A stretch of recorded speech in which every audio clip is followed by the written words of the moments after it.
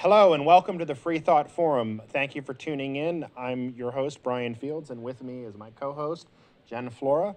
Good afternoon or evening. Evening, yeah, I suppose it is. Thank you. Like I said, thank you for tuning in, and we have an interesting show for you tonight. We're going to first cover some news, but our show tonight is going to be about women's reproductive freedoms, and we have we have a lot to cover. And Right, and this is a very charged, maybe controversial. It's been going on in the Senate for a long time, all these bills being brought up. So I just want to encourage people to call and express their views, because there's a lot of different views out there on this topic. So don't forget to call in and let us know how you feel about this. I also want to say that this issue actually, I would say a majority of atheist agnostics probably fall into contraception, pro-abortion, or pro-choice. Pro-choice, right. But there are a few that do differ on the topic. So please don't take any opinions you hear tonight as anything other than Jen and I's opinions. I just want to clarify that for everybody out there. But I'm sure that we're going to be no holds barred about our own opinions. So if you have comments, obviously call in, and we'd love to hear from you. But before we get started with our topic, we're going to talk about some news that's out there, and one that just came down today. The organization that sponsors this program, Pennsylvania Nonbelievers, we had a bit of a victory. We had a bit of a victory today where we heard that the Big Spring School District in Newville, Pennsylvania, is going to stop saying prayer during their school meetings. They've received a letter from the Freedom from Religion Foundation due to reports from us regarding the status of school prayer in that district.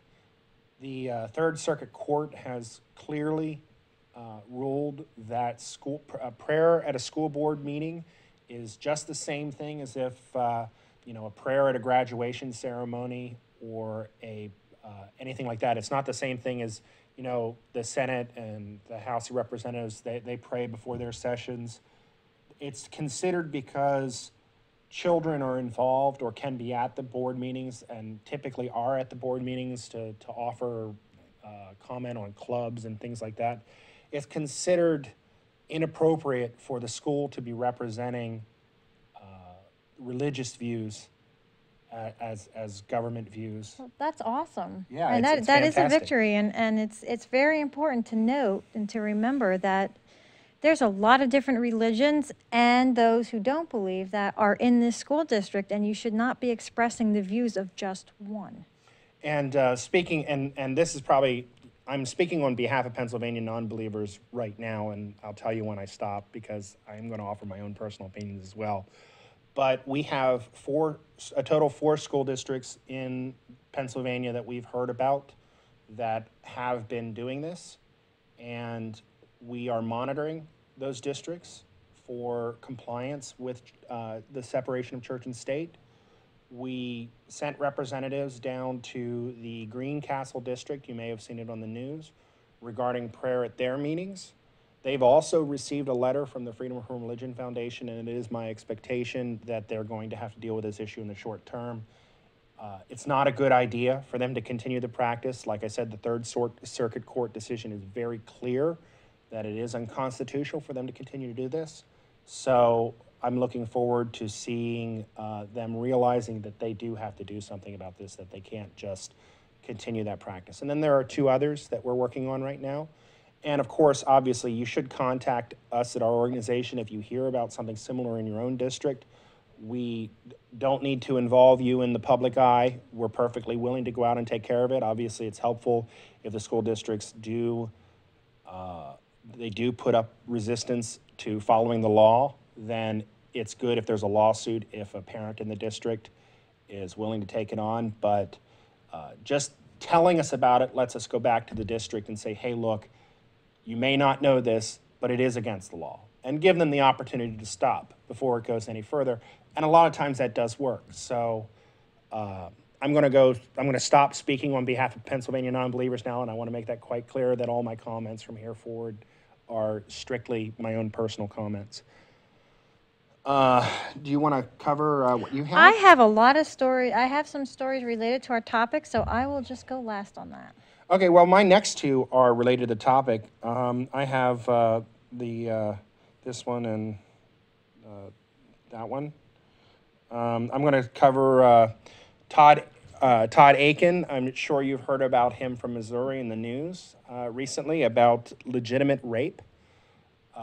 It is somewhat related to our topic today. The idea that rape or the rape doesn't exist. That's essentially what he's saying. That, or at least rape pregnancies don't exist. There's an archaic notion that if a pregnancy results from a rape, then it actually, the woman really wasn't resisting.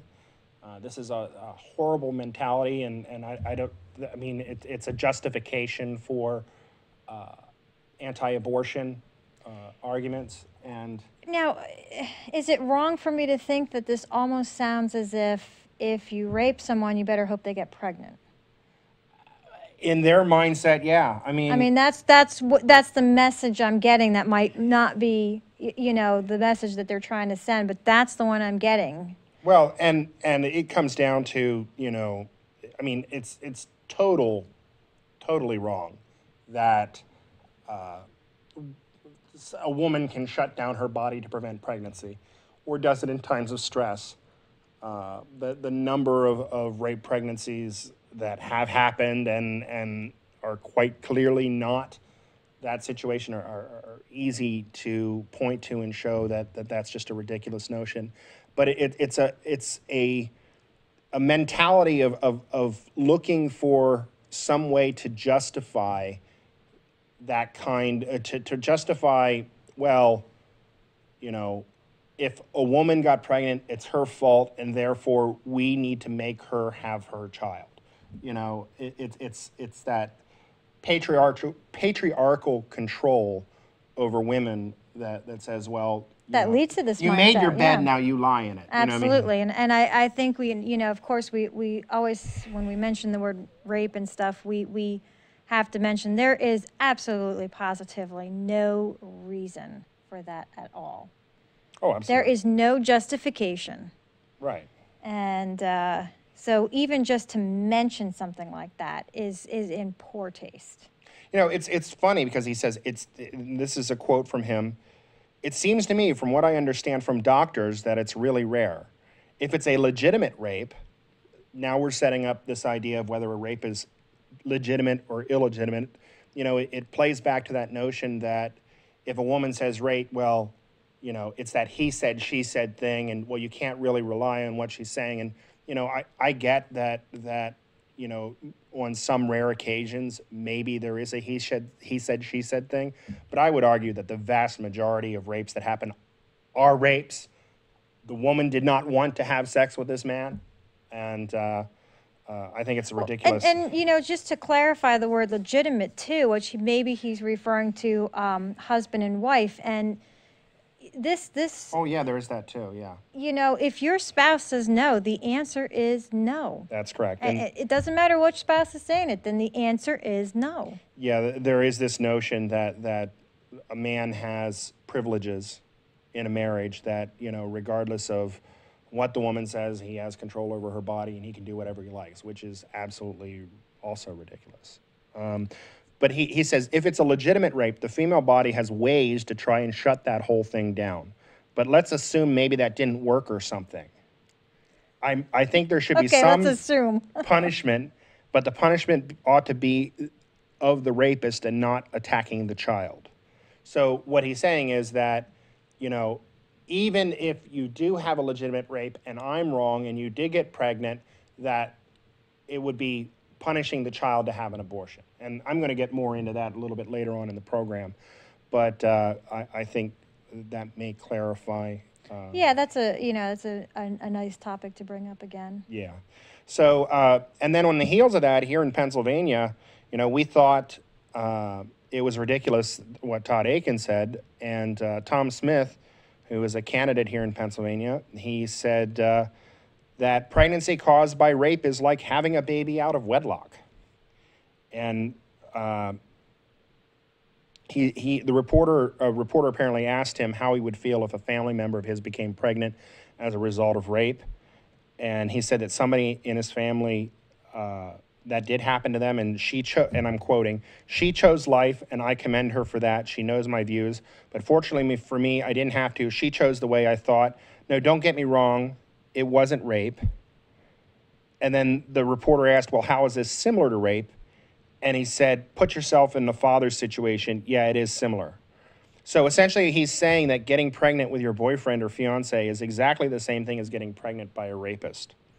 And that this is a normal reaction for a father, that if your daughter has sex and gets pregnant, it's exactly the same thing as rape. Because, of course, your daughter is your property, and if your property gets violated without your permission, well, that's rape. Yeah, That's how the absolutely. archaic notion works. This idea of, as a father, and I am a father. I have 2 children, and my daughter is 16, and my son is 14, and they, as a parent, I do not control my daughter's body, and when she eventually, hopefully later than now, decides to have sex, and if she gets pregnant, she and that child are not my property, and that is her body, and it's her decision, and whatever happens hopefully when she's an adult, happens. But, it is not my place to tell her, or to have control over her. Well, I mean, those are great ways to start off our topic, which we're going to be talking about, and women's rights, women's reproductive rights, contraceptive use. And at first, when everyone kept talking about this war on women, I was like, well, okay. I mean, yeah, there's a lot being brought up, there's a lot being done, but I wasn't ready to call it a war. Well, I saw I saw someone post something on Facebook, all the various bills that conservatives brought forth in this time span. And it was almost every day someone was bringing up something about women and contraceptive use or abortion, or something was being brought to the table. So I would have to say that, yes, there is apparently this war on women, and they're trying to take the rights of women and set them back about 100 years. Yeah. Is what it seems to me is what's going on. And it's not just going on in America, though, and I wanted to bring attention to things that are happening in other countries. And this next story is very recent. This happened recently, and this is by no means a isolated event. Right. This is something that continues to happen. There's a young girl, she was 16, in the Dominican Republic, and she, at 9 weeks pregnant, she was 9 weeks pregnant when she was diagnosed with leukemia. Now, in that country, they have a bill, they have in their constitution, it says that I guess something about they couldn't kill the fetus, they couldn't hurt it. Okay? I think I recall that country is heavily Catholic, the Dominican Republic. So, because of that, in the Constitution, she was denied the life-saving therapy she needed because it would kill the fetus. I mean, you have leukemia, of course, you need a lot of therapies that are just going to do a lot to your body. The doctors denied her for about 20 days until finally the government did step in. Well, that's However, good at least. Yes, but however, by that time it was too late. It was aggressive. It had hit other organs, and the girl did pass away. So who did they save? They saved absolutely no one in that situation. Right. And this is not an isolated event. This does happen in other countries. Dominican Republic is not the only country that has denied a woman an abortion who needed it so that they can get a life-saving treatment done. Right. Okay, so, I mean, this still happens. And who are they saving? So 2 lives have to die? I mean, two lives. Yeah, It's definitely sad, but it's not the first time that I've heard of things like that. I know that in the past I've heard there was something that happened. I think it was in Arizona, where it was a Catholic hospital, and there was a situation where mother's life was in danger, and the nurse or the doctor that decided, hey, I'm going to save this mother's life, but the only way I can do that is to abort the child. Mm-hmm. And what happened was that they were excommunicated and fired and all that other stuff, because even though it was to save the mother's life, apparently, the idea that you would have an abortion is so, I mean, it's such an anathema to them that, it doesn't matter, But, I mean, what kind of life, pro-life position is it if you don't take into account the mother's life as well? But I mean, Well, and that's what disturbed me the most is Right. how is it there is no pro-life position in that, because you're not thinking of the life of the mother. Right. You're not thinking of the life of the woman. You're only thinking of a potential life is what you're thinking about. And then I also found something about a Canadian doctor. Now, from what I read, in Canada, a child becomes a human being at birth. Right. So, of course, there was a conservative member of parliament in Canada that wanted to create a panel and possibly challenge this. And some of the doctors there said, well, no, we don't want to criminalize abortion. And I bring this up because I really like what this one doctor said. I apologize if I get her name wrong. Sometimes the names are so hard, but it's a Dr. Genevieve Disbins. And she said, I'm not asking you whether you are for or against abortion. I'm asking for you to recognize that women must retain their full and complete rights. Right. And I really think that to me is just the quote of the day. Right. And, we have said this many times. If you're going to, if you are a woman that decides, I don't want to have a child, that's just not for me, I don't want to be a mother in my lifetime, you are not in any way going to affect the population rate.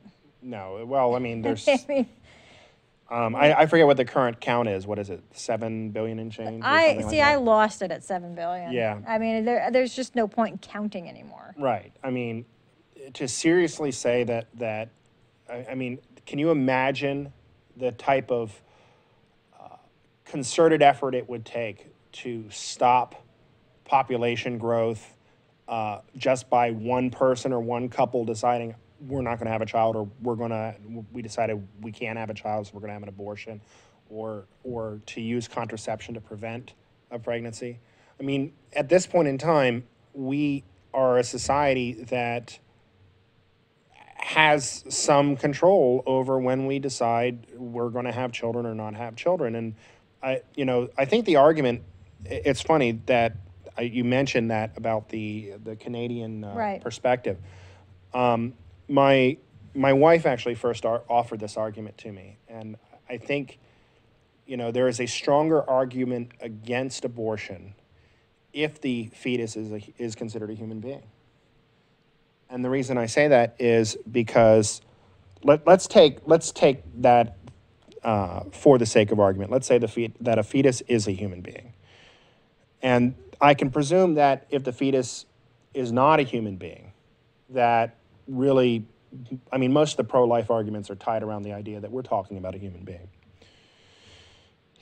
If a woman is forced to give up her body's resources to that being for any length of time against her will, is that involuntary servitude?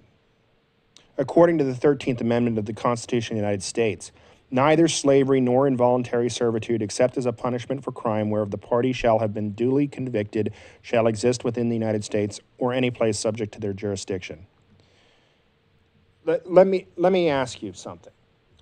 let's describe the situation such as if you had a woman or a human being chained to another human being and responsible to for that being's resources, that you have no choice of whether you're chained to that human being or not. Is your freedom worth more than that person's life? Do you have the right to have your own freedom to the point where you cannot be enslaved to another creature for your resources? And in the United States, the answer is yes. If we were talking about two fully adult human beings, your right to not be enslaved is worth deadly force. If someone has enslaved you and you are trying to escape or get away, that is one of your rights that you can express. You can get away. You can, if you're blocked or you're prevented to beyond your will, your right to freedom overrides their right to imprison you or to use your resources. You had mentioned being chained. So we're talking about maybe two people chained together. Right. And of course, if you break this chain, then the other person dies. Right. They right. can't, for or whatever reason. Some kind of linkage that says their life is tied to yours. Right. Yeah. And we're talking about, do you have a moral responsibility to stay chained to that person? Right. And to save their life. To save their life. And then, in essence, what we're saying is you will have no life. Most likely they will have no life either. It's involuntary servitude. You do not have the choice of whether to walk away or not. You know, you do.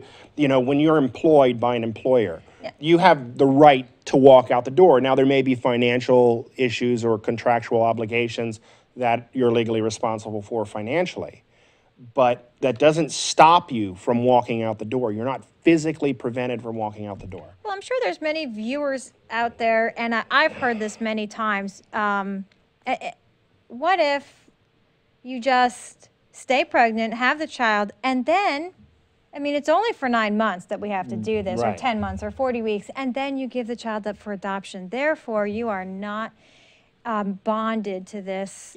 But you are bonded for 9 months. You are then tied to another human being for 9 months. Okay. And if you are an adult human being, and we're talking about another adult human being, and you were said, you have to provide your resources to this other human being for 9 months, or 5 months, or 3 months, or a single day,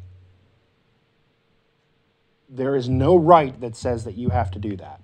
There's nothing in the law that in fact, it is against the law, and that is referred to as involuntary servitude. Back in when slavery was first abolished, there were cases regarding this because what would happen is there were ex-slave owners that would sign contracts with slaves or ex-slaves who had financial obligations or issues. They would set up this contract where it was essentially, it would tie them to the contract to work for some pittance of pay until that contract was paid off. And for a while there, until that contract was filled, you were essentially a slave. It was when the amendment passed that said you may not engage in slavery or involuntary servitude. Involuntary servitude is forcing someone to work for another creature, human being in this case, without any recourse to say, you must provide these services. And it doesn't matter if it's for that limited period of time of 1 day, or a period of time of 9 months, or a year, or the rest of your life. It doesn't matter. You may not be forced to work for someone else. And, you know, I hear the argument out there that it's a states' rights argument, that a state should be able to decide, well, whether we'll allow abortion or not. And that's not true. The 14th Amendment says applies those rights to the state. You may not be deprived of life or liberty or property without the due process of law. And that applies back to the states with the 14th Amendment. So it's not even a states' rights issue. And it doesn't really hint. And so if you take for the sake of argument, okay, well, fine. A fetus is a human, or not a human being. You've been talking about a fetus being a human being. So are you seriously telling me that it matters at this point? Well, at that point, it doesn't matter at all. Right. Yeah, there's no argument anymore. The individual right to servitude, to being able to choose who you provide your resources to. That individual right cannot be denied. Whether it doesn't matter who's doing the enslaving, it doesn't matter if it's an alien or a human being or a fetus or whatever, you have a fundamental right to what happens, who you provide your physical resources to. And getting back to you know, the argument that I've heard that you only have to carry this child for 40 weeks and then you can give the child up for adoption. And of course, okay, we set the stage that even a week of being forced into servitude with someone is illegal, even just that small amount of time. I would say another way to address this is there is no such thing as a no-risk pregnancy. That is correct. You are always at a risk. You may have a low risk, but you are always at a risk of something going wrong. Why, it could even be in the delivery room. I mean, we've heard of women who have strokes. And not all of them are predictable either. No, they are not. No, and another thing that's not predictable is some women, their heart becomes very weak, and they can no longer, their heart can no longer sustain their life. So we hear about many cases where a healthy pregnancy leads to disaster for the woman. Okay, and so you know, that is another thing to remember. There is no such thing as a no-risk pregnancy. You always have a risk. Right. And you know, there is this mentality that, well, okay, if you have sex, you're in an at-risk activity. You should go into sex knowing that pregnancy is a potential outcome, and if that happens, you're going to deal with that. And to that I say, how many people here actually, when they have sex with another human being, that they actually stop and say, I'm willing to or not willing to have sex or have a child with this person? They say, well, I don't want to have a child, or I do want to have a child. Look at bar rooms. Go to a bar and say, how many people trying to get laid at a bar are actually trying to have a child with the person that they go to a bar with? Oh, they're not even thinking about it. Of course, absolutely not. There's basic biological functions taking over. I mean, you know, sexuality, sex in itself is a basic biological function. And it's not tied, and at this point in time for our species, it's definitely not tied to reproduction. There's a book I highly recommend by Darrell Ray. I recently read, it's called Sex and God, I believe. It's a new book, isn't it? It's relatively new. I know it came out before March, but not much before March, because I met him at the American Atheist Conference, and he signed my book for me. But I did read it, and you know, there's a lot of information in there about human sexuality. The idea that we are a higher order primate that does not engage in sexual activity strictly for procreation. There are some animals that do, that they only have sex when they're ready to have a child, and that they have a high rate of pregnancy when they do have sex. But we have evolved to not have children with every pregnancy. It doesn't happen. Our bodies are wired to provide a good balance with our numbers and that ratio to the amount of time we have, or the amount we have sex, based on, you know, courtship and other rituals that we have as a species. But we are not wired to have children with every pregnancy. One could argue that the purpose of human sex is not procreation. It has several other purposes: bonding and relationship building and fun, entertainment. You know, can just apply just about anything to it. Right. And the limitations placed on sex have basically been placed there by many of the different religions out there. Absolutely. That have somehow led people to believe that sex was not a good thing. It should only be done for reproduction, and there should have no other value in your life. And you know, we've had many people do experiments and say, well, let's face it, that's just, you know, people are wired to want to have sex. You know, Right. they're not wired to say, well, we're only going to do this for reproduction, and that's all. Right, exactly.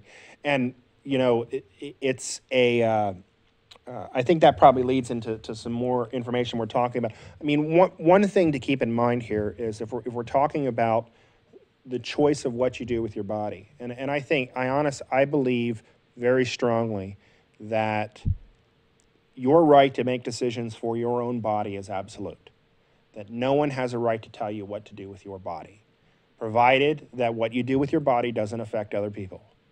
You have the right to do whatever you like with your body, whether it's to have sex, whether to have a child, not have a child, whether, you know, and we could talk about drugs and all that other stuff too. You have a right, a sovereign right to your body, whatever's within your skin. You actually have a right to your body, come to think of it, after death. If you choose, you can donate your body to science. Well, that is a legal right. I'm not sure that it matters. Well, I mean, obviously, it's But you don't great. have to. It's ethical to donate your body to science. I think that's a Well, good that's thing. ethical, but you don't have to, and You there's don't no, have to. and you know, no one is going to say, well, they're dead. You Right. know, why do we care? Let's just do it anyway. No, actually, they will. You know, if you have something written down on what Yeah. you want done with your body, that's what it's going for. Yeah, it is a legal right. It is a legal right that is enshrined in law that you do have you know, some rights to what happens to your body. But the thing is, there are some laws right now that do not reflect what I'm talking about. You know, the anti-drug laws, and then there's the you know, suicide, you know, is illegal. Right, right. And various other things. And so it's not exactly the same thing. And we, just to let everybody know, we have an open house today. The studio has guests in the studio. And I don't know, do we have some questions or comments that some people would like to make? Okay. I was just double checking because we had some people come in. Well, however, and if anybody would like to air their questions or comments, the number is there on your screen, which is 717-846-5067. And we would like to hear what you have to say on this topic. And I mean, I think that if we just stick to abortion, then we're forgetting another very absolutely important topic out there. But it does fall along lines of what I was saying about the right to make decisions about what you do with your body. Oh, that's true. This is exactly along those lines, and that's contraceptive use. Yes. Contraception use. Did I even say that right? I don't know. I didn't catch it, but I think yeah. I got tongue-tied on that word. But I had mentioned, I can't remember how many weeks back, about Melinda Gates. Mm-hmm. She has, now of course, she's someone I can respect because she is against abortion, and she's actually saying, well, I'm against it, so I'm going to go out and do something to help prevent it. And so what has she decided that she's going to do about abortion?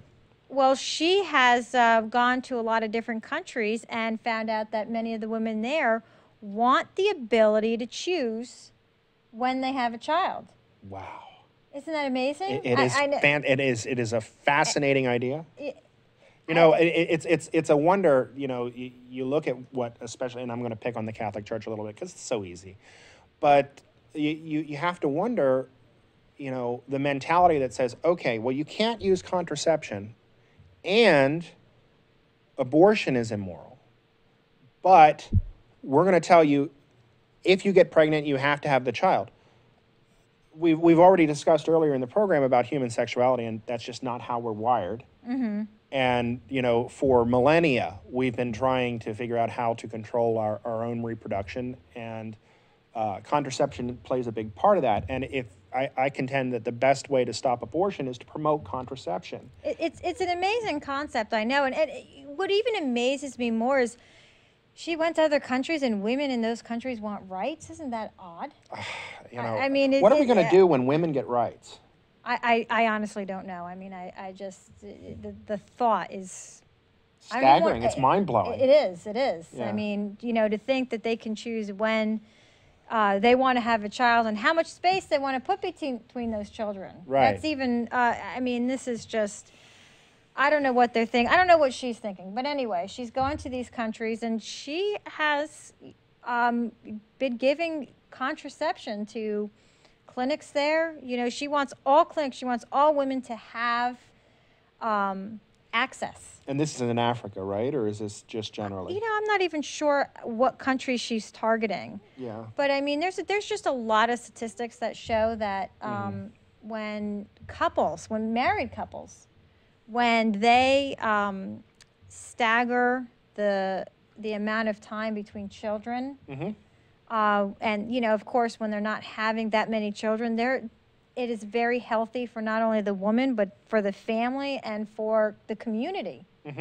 Okay, because we're just promoting a lot more health. Women who have children too close together, it's very unhealthy. Your body's not given a time to, you know, rejuvenate itself. I mean, you have to remember when you're a woman and you're pregnant, your body is using every resource it can for the fetus. It's not necessarily using it for you. Right. And, you know, it's interesting that, you know, if we were in a God-centered and operated universe, you would think that, you know, that a divine being who controlled whether you got pregnant or not would be able to work out when it was appropriate for you to be pregnant and not. But the fact is that doesn't happen. You know, women get pregnant because they have sex and the sperm meets the egg and they get together and it implants and the pregnancy begins. It happens when it happens. It doesn't happen when you want it to happen or when it's best for it to happen for you. And that's obvious with the example of what happens in society. So we, as a species that is an enlightened species that understands what happens to our bodies, should take control for the betterment of ourselves and society. We should decide, hey, it's a good idea to have a child now. Let's have a child. Hey, it's not a good idea to have a child, but my body is telling me I want to have sex and it's going to happen. So let's consider the reality of that situation. And that's what contraception, and obviously I'm having a very rough time with that word today. You know? But contraception use is it promotes healthy pregnancies, okay? Right. Because it gives women more of a chance to choose when somewhere around the same time when their timing is best or when their timing is right. Right. So it's definitely more healthy for them, and it's healthier for the child too. I mean, if the woman is in good health, then we probably are leaning towards more of a low risk pregnancy, where a healthy child is going to be born from that as well. Well, and not just the idea of a healthy child, but I mean, if you have two people who are not ready to have a child, having a child, how is that better than two people who want a child to have a child when they want to have it? How is it better to be in a situation where your parents did not want you as opposed to your parents wanted you and have you because that is what they wanted to do. They made the conscious choice that they want to have a child. Right. And that would be another thing. I mean, again, the number is 717-846-5067. And have you been in an abusive home where maybe your parents have said to you, well, we never meant to have you. You were such a mistake. Or how did that make you feel? And I mean, we're glad you're alive now. I mean, right, we want to preserve your life at this moment since you are out in the world independent of anybody else. Right. But, how did that make you feel? Does that make you support or not support abortion or reproductive rights? I mean, that would be very interesting to find out how people would feel who have been in these abusive situations. Right. And I'm certain that everybody has that self-identity where they say, most people want to be here. They want to be alive. Obviously, that's the case.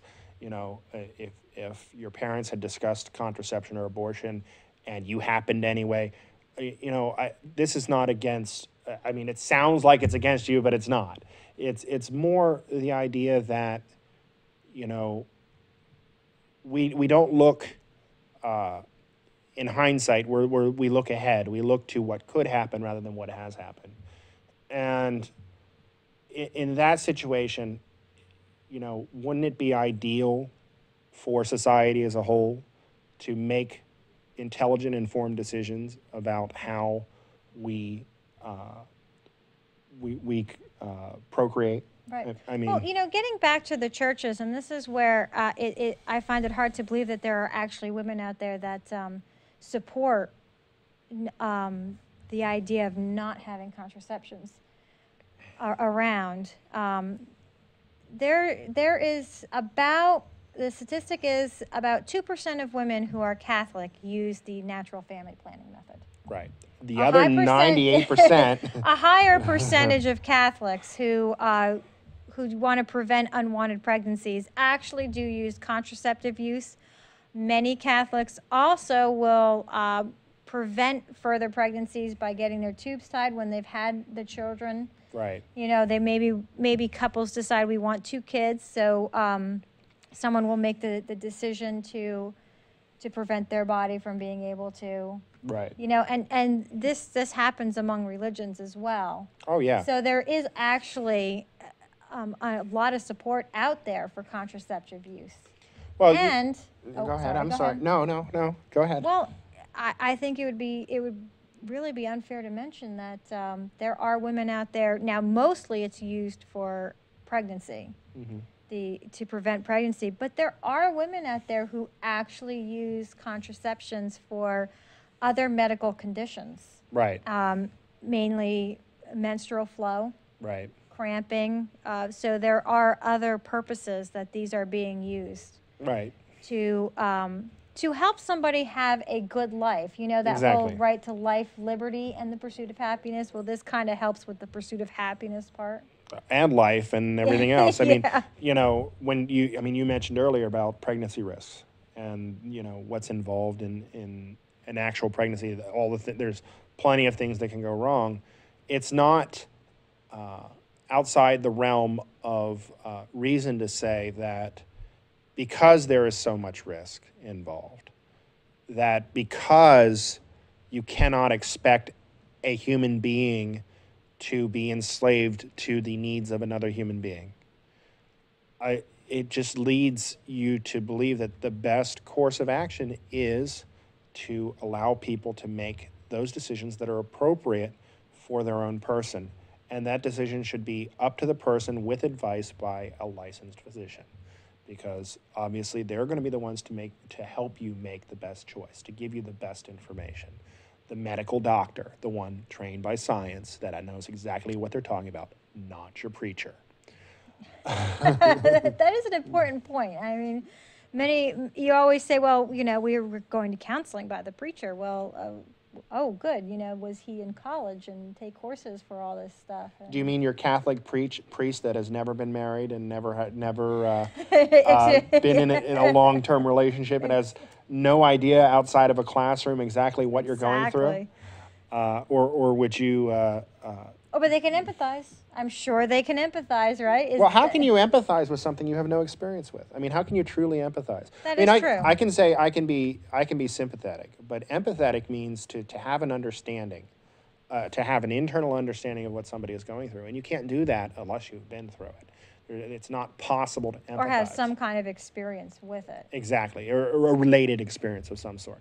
But how can a Catholic priest, and it's going to be fun picking on the Catholics today, because they have a lot to say about this, and they would probably strongly disagree with this program, and that's okay.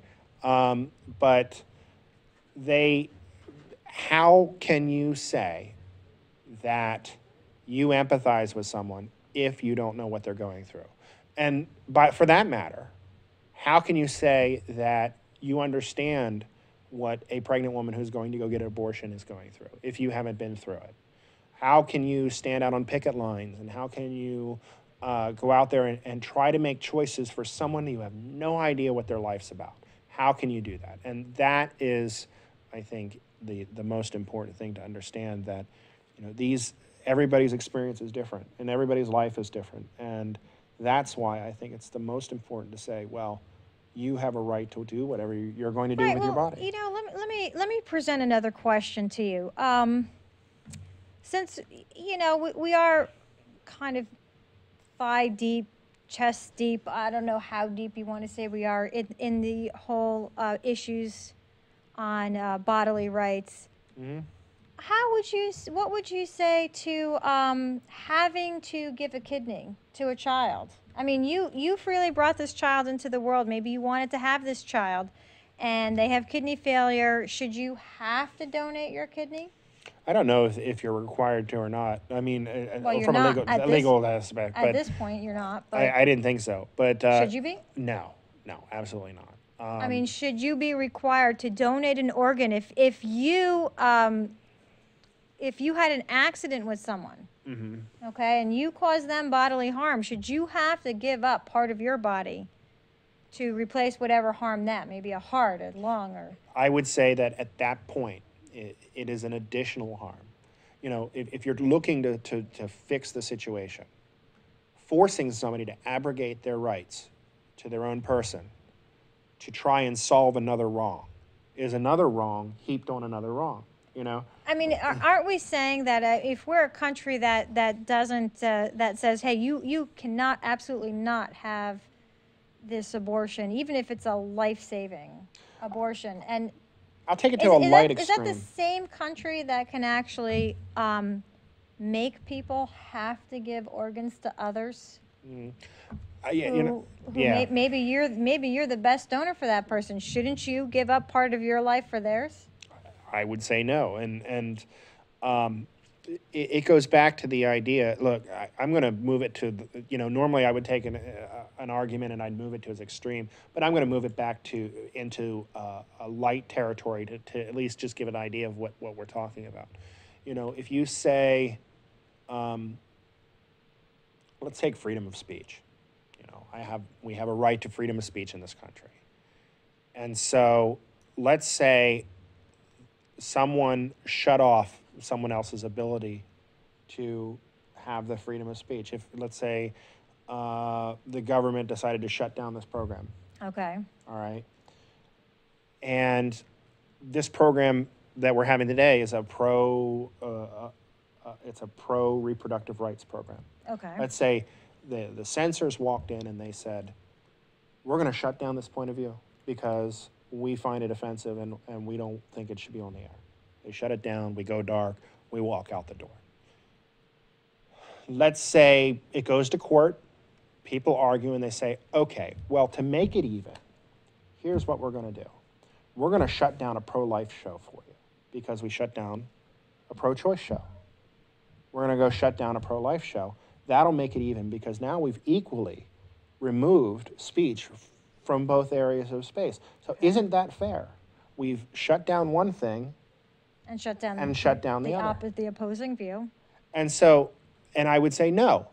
The right to free speech is nearly absolute, with the exception of crying fire in a crowded theater or any of those other, the extreme to the point of inspiring a negative action, like calling for someone's death or something like that. That wouldn't be free speech at that point. That would be considered something totally different, right, because you would create a panic. And absolutely. But I think that the analogy holds, because what we're talking about here is there is a right to your person. And if you have a right to your person and the next person has a right to their person and so on and so forth, just because I have committed a crime or I've committed a mistake by invading the right to someone else's person by hitting them with a car, I've injured them. I've endangered the integrity of their person. We'll take the analogy that way. Just because I've done that doesn't mean that it's okay to do that to me. Right, and well, especially, I mean, are we talking, was this an accident or did you Right. intentionally go out and do this? Right, but even if I would argue that even if I intentionally went out and did it, not that I would ever do that, but even if I intentionally went out and did it, I would argue that it's still immoral to force that person to violate their own person. You may punish them by removing their rights to freedom or by fining them or any number of things, but to go to their own body and say, you need to now take off a part of your body and give it to this other person, I mean, that is such an extreme circumstance. To me, it boggles the mind to think of that. It is hard to think. It is very hard to think about, and you do have to be careful with a lot of exceptions because, Yeah. I mean, the point is that's why we have laws set in place, and that's why we have a justice system, and that's why we have ways to punish people. And but even the United States, there is such a thing as prisoners' rights, and in those, Absolutely. We don't experiment on prisoners in the United States because prisoners have a right to anymore. That is true Anymore. But cruel and unusual punishment that is a wide thing, and I think the right to the integrity of someone's own body would fall under the whole cruel and unusual punishment. To violate that right would be a complete violation of that aspect. It's but that's the thing. If I have a right to my own body and or if a woman has a right to her own body and she gets pregnant, we don't compound the wrong. If she wasn't intending to get pregnant and she's gotten pregnant, we don't compound the wrong by saying, okay, well now because you've gotten pregnant, you have to carry it to term. Right. It just goes along with so many other things we've been saying that, well, you should have thought of this first, or you should have done this first, or, Nobody thinks about going out to get pregnant. When they have sex, they're not thinking about it. All right, let me rephrase. Some people do think about it. That's where contraception comes into play. But I think the strongest argument against abortion, if you don't like abortion, and I don't think either one of us actually like abortion. I don't think abortion is a good thing. I don't like it, but But the thing is, if you want to prevent abortion, the way to do it is by education, by contraception, by managing your own sexuality in a way that you don't get pregnant in the first place. And getting that crummy program in the schools out where we teach our kids abstinence only. Yeah. You know what? How many of you have been teenagers and have just kind of gone a little bit wild in your teenage years or 20s? I can't think of a very high percentage. I can't think of I would say the percentage is low of people who were, what would be the best word to describe it? Like nerdish or something? I mean, what's the word that we would group these people in? But most teens, this is an experimental stage for them. They're going out, they're experimenting. Things are happening in their body, and it's wonderful. And they're experimenting with each other. And how many of us can say, "Oh, I've never done that"? Yeah, I mean, not only the most puritanical among us, and even them. I don't know. When I was a teenager, the mentality was there's sex out there, and what are you going to do to get it? So we teach in our schools abstinence, and yet really what we should be teaching is safe sex. Right. We should be teaching more about safe sex. I'm not saying teaching safe sex is not saying we encourage you to do this, we encourage you to have sex. It's saying if this is a choice you're going to make, then the next choice you need to make is to make that as safe as possible. Before we get too much further here, I want to run through a few announcements. We're getting low on time. And then if we have still time after that, we'll continue the conversation. But our next show is going to be Tuesday, September 11th at 6 p.m.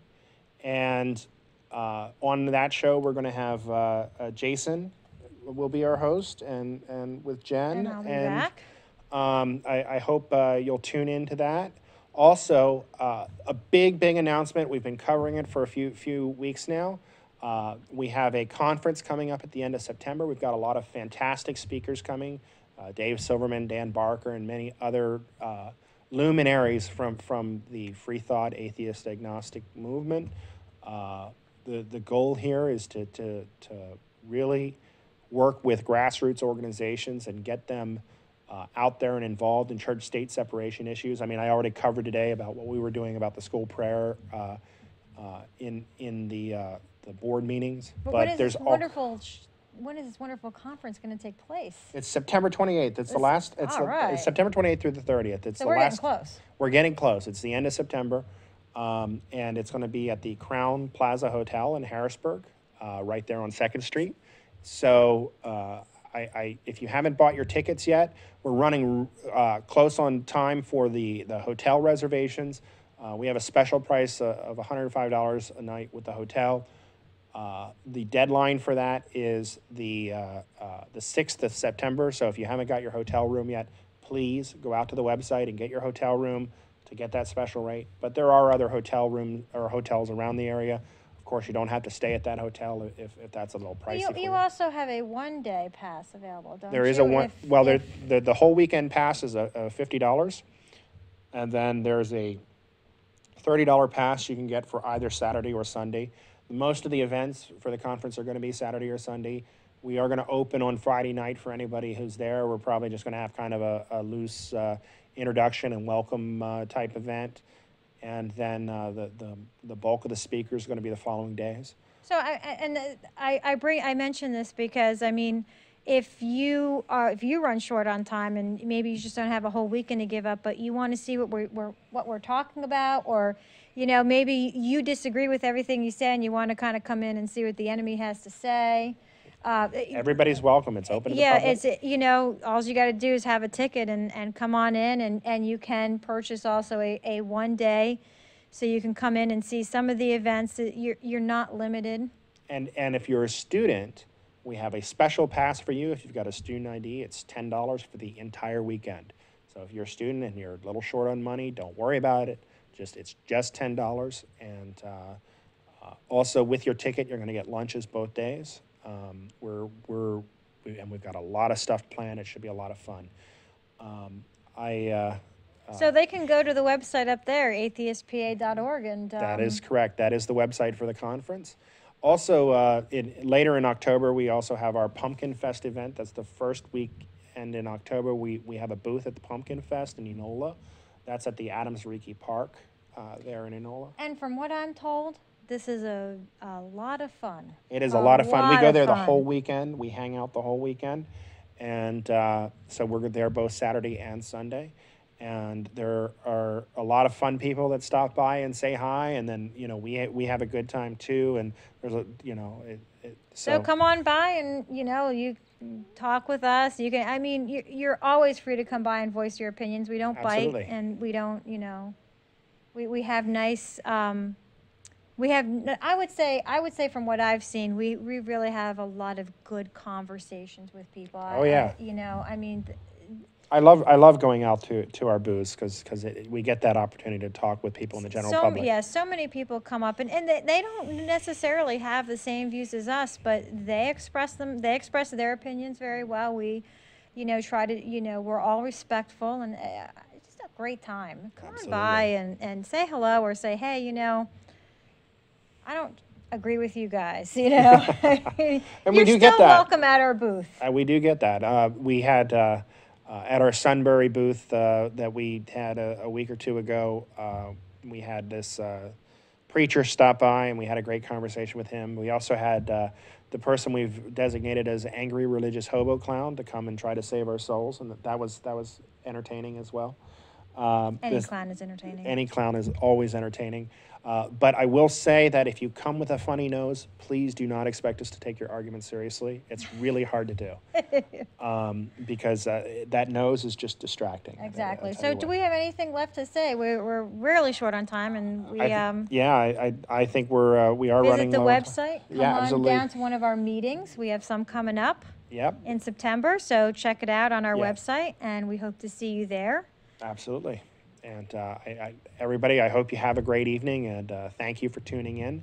And if you want to see something being said, if you want to see us talk about something, let us know. Yeah, we were happy to hear your feedback. You say, hey, you're not covering this topic, or you didn't cover this topic very well. Here's what I have to say about it. Hey, you know what? Absolutely. Let us know. Drop a line. We'd be happy to hear from you. Yep. And we're coming up on the end of the clock, and so we'll see you in 2 weeks. And thank you for tuning in. And have a great evening. Absolutely. Right. Have a great evening.